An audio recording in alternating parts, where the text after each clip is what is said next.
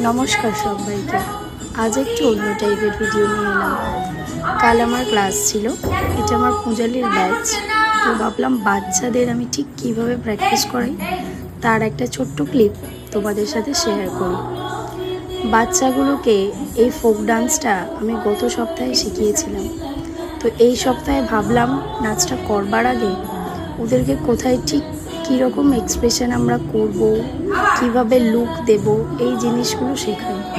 তার জন্য নাচটা শুরু করবার আগে ওদেরকে বসিয়ে এক্সপ্রেশনগুলো ওদের দেখাচ্ছিলাম।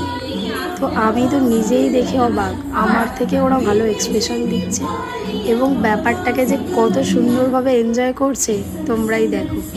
আর ওরা না এই ব্যাপারগুলো খুব ভালোবাসে, যে বসে বসে এরকমভাবে নাচবো, আমাদের সামনে ম্যাম আমাদের দেখাবে। তো ওরা এত সুন্দরই এক্সপ্রেশন দিচ্ছে, আমি তো দেখে পুরোটাই আপ্লুত হয়ে গেছি। এই ছোট্ট একটা ক্লিপ তোমাদের সাথে শেয়ার করলাম। তোমাদের কেমন লাগলো তোমরা কিন্তু অবশ্যই আমাকে কমেন্টসে জানিও।